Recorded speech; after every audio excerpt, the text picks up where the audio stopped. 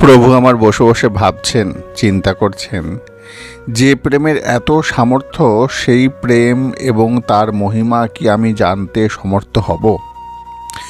কৈছন রাধা প্রেমা, কৈছন তার মধুরিমা।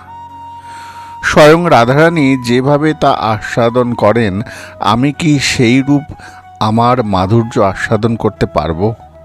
আর আমাকে আস্বাদন করে রাধারানীর যে আনন্দ পায়, এই আনন্দ কি আমার কোনোদিন লাভ হবে?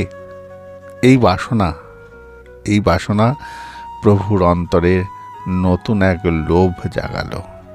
প্রভুর মনে হলো, সেই প্রেম আর আমি হই কেবলই বিষয়, আশ্রয়ে জাতীয় সুখ পাইতে মনোধায়, যত্নে আস্বাদিত নারী কি করি উপায়।